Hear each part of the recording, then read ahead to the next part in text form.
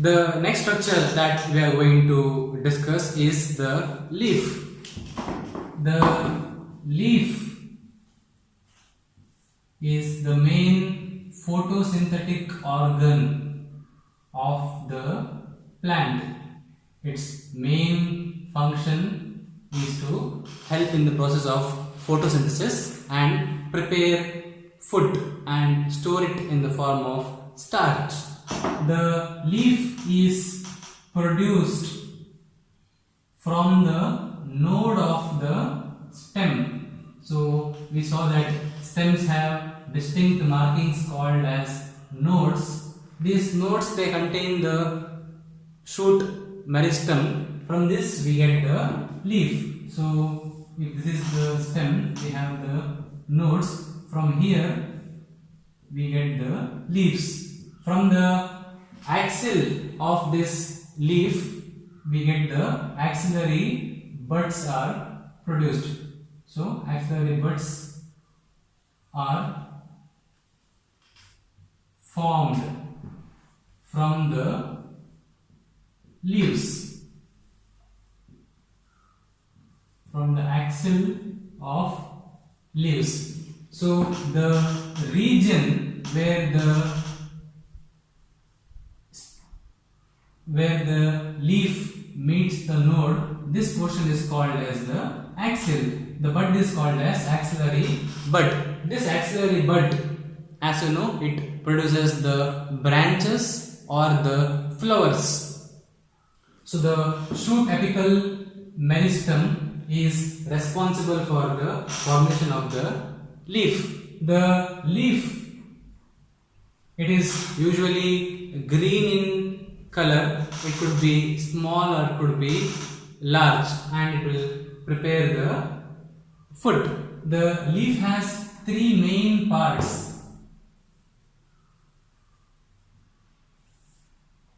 That is the leaf base, the stalk of the leaf called as the petiole, and the leaf blade or the lamina. So if this is the leaf, then this stalk is called as the petiole, and the leaf base is the portion by which it is attached to the stem, and this portion is called as the lamina. The leaf base, it is directly attached to the stem. In the case of monocot plants, the leaf base, it develops into a sheath. For example, in palm, in banana, the base of the leaf, it forms into a sheath which will completely or partially overlap the stem. So that's what is called as a sheathing leaf base. In the case of leguminous plants, the leaf base is swollen, which is what is called as a pulvinous leaf base. So swollen leaf base in leguminous plants. So that is, the leaf base is swollen like this, and we get very clearly seen in leguminous plants, pulvinous leaf base. That is about the leaf base. The stalk of the leaf is called as the petiole. The petiole, it will hold the leaf to the light, holds the leaf to the light. It provides rigidity, and also it will help the leaf to flutter so that the leaf can get fresh air. So the petiole is the one which will hold the leaf to the light, and it can move. It is flexible. It is made up of collenchyma tissue. So it provides flexibility for the movement of the leaf. The petiole, then at the base of the petiole in some leaf we find two leaf-like structures called as stipules.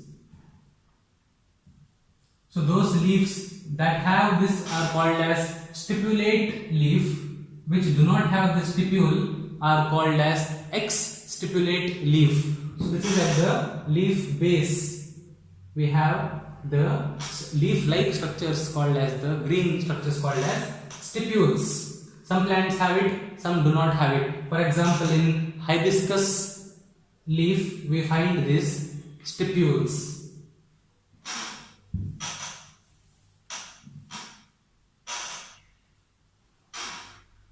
Moving on to the lamina. The lamina is the flat portion of the leaf. It is also called as the leaf blade. This is the portion which traps the sunlight and prepares the food.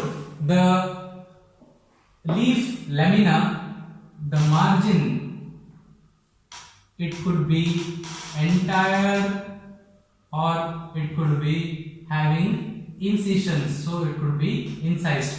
For example, in this case the margin of the lamina is entire, whereas in the case of hibiscus, as you can see, the incisions are present. So the margin could be either entire or incised. Different plants have different shapes of leaves. The leaves could be small, the leaves could be narrow, elongated and long.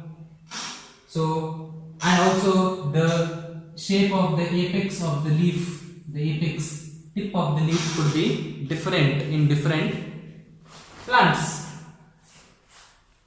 The lamina, it has a distinct central vein called as the midrib. So that is the central vein.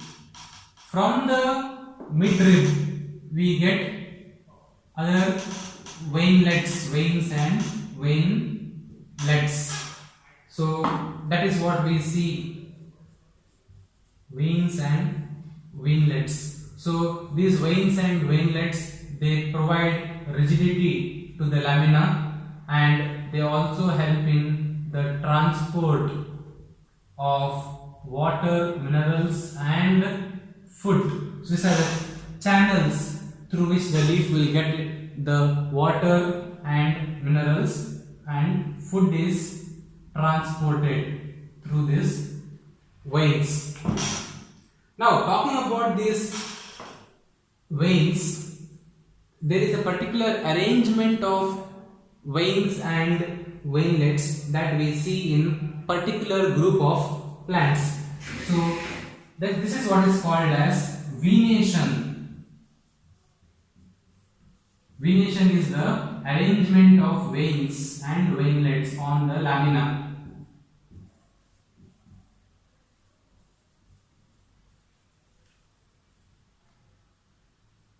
On the leaf lamina.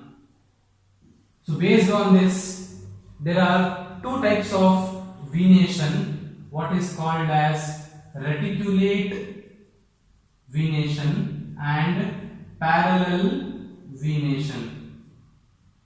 For example, in the case of hibiscus, we find a net-like pattern in the hibiscus leaf. This is what is called as reticulate venation. In hibiscus, mango, tulsi, etc., we find a net pattern called as reticulate venation. Whereas in monocot plants, for example, rice, wheat, banana, coconut, etc., the veins, they are parallel to each other. They run parallel to each other. That is what is called as a parallel venation. So these are the two types of venation. So dicot plants in general have reticulate venation, whereas in monocot plants we find parallel venation. Now talking about this, there are two types of venation. What is called as venation and venation. So dicot plants in general have reticulate venation, whereas in monocot plants we find parallel venation. So dicot plants in general have reticulate venation, whereas in monocot plants we find parallel venation. If we look at the types of leaves, as I already told you, different types of plants have different types of leaves. So the general types of leaves, in general we have simple leaf and we have compound leaf. This is based on the margin of the lamina. So for example, if the margin of the lamina is entire, then we call it as simple leaf. For example, hibiscus. So in simple leaf, the margin, it could have incisions. For example, you see incisions are present in the margin. If these incisions are so deep that if the incisions touch the midrib, then such leaves are called as compound leaves. So in simple leaf, the margin is complete, the margin is entire, and the incisions, they do not touch the midrib. Whereas in compound leaf, the incisions, they're very deep, they touch the midrib, because of which many leaflets are produced. For example, let us say this is a leaf, the incisions are very deep so that they touch the midrib. So then what we get is a compound leaf. So this is an example for compound leaf. In compound leaf, the leaflets, they have a common midrib called as the rachis. So this is an example for compound leaf. The compound leaves are of two types. Compound leaves could be pinnately compound or they could be palmately compound. For example, in this case, it is pinnately compound. So where leaves are produced at different locations of the midrib, whereas in palmately compound condition, we have the petiole. From a single point in the petiole, different leaves come like a palm. So we have one point from where all the different fingers are arising. This is what is called as a palmately compound leaf. Example, we see it in the bombyx plant, silk cotton plant, we see palmately compound leaf. Whereas pinnately compound leaf, example we can give of the touch-me-not plant, Mimosa pudica. So this is based on the whether the margin is entire or not. Simple leaf and compound leaf. Another important difference between simple leaf and compound leaf is that both simple leaf and compound leaf, they produce axillary bud, but the leaflets of the compound leaf, they don't have any axillary bud at the axil. So these leaflets don't produce any axillary bud, but this main rachis, it can produce axillary bud, both in simple leaf as well as in compound leaf. Having seen the different types of leaf, let us look at how these leaves are arranged on the stem. That is what is called as phyllotaxy, the arrangement of leaves on the stem. Phylum means leaves, taxon means arrangement. So arrangement of leaves on the main stem is called as phyllotaxy. In general, there are three types of phyllotaxy, that is alternate phyllotaxy as seen in hibiscus plant. That is why hibiscus is a commonly used example, because it shows most of the properties. Then we have opposite phyllotaxy. This is shown by guava plant. And we have world phyllotaxy as seen in Alstonia. So in alternate phyllotaxy, very simple, we have a stem. The leaves are found at alternate positions. This is an example for alternate phyllotaxy. In opposite phyllotaxy, what we find is from the same position, two leaves are found. So they are opposite to each other. This is opposite phyllotaxy. Whereas in the case of world phyllotaxy, from the node, more than two leaves arise. So if more than two leaves arise from the node, then we call it as world phyllotaxy. From the same point, more than two leaves, if it arises, it is called as world phyllotaxy. That is about the general arrangement of leaves on the stem.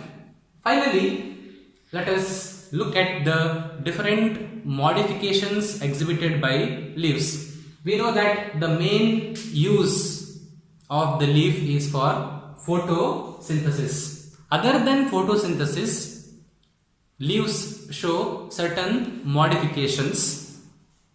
One of the leaf modifications we can find in the form of spines for defense and for protection, as we see it in the case of opuntia or cactus. The leaf is modified into spine so that water loss is prevented, and this also it will discourage the herbivorous plants from eating them, so as a defense mechanism. Also, we find leaf tendrils for the support and climbing in the case of pea plant. Leaves are modified into springy tendrils. Not only that, in the case of pitcher plant, that is Nepenthes, the leaf is modified into a trap for capturing the insects. Also in Venus flytrap, the leaf is modified for capturing. This is in Nepenthes plant. The leaf is modified into a flask-like structure, a pitcher. Then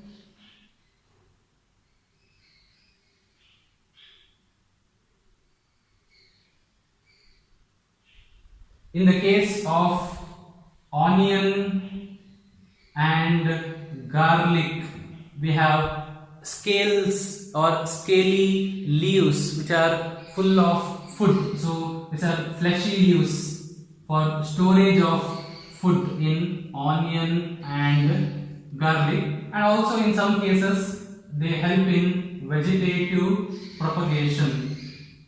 For example, in bryophyllum, from the leaf, in the case of bryophyllum, roots originate, and if you cut this portion and plant it in the soil, it can produce an entire new plant. So other than the process of photosynthesis, leaves are modified for defense mechanism, for spines, for climbing, that is for tendril, for capturing the prey in the form of pitcher, for storage of food in the form of fleshy scaly leaves for the purpose of vegetative propagation, and also in some cases we find that the petiole is modified. petiole of the leaf, it is swollen to store the food, as we see it in the case of Australian acacia. In Australian acacia, the petiole is swollen so that it produces a structure called as the fill load for storage of food.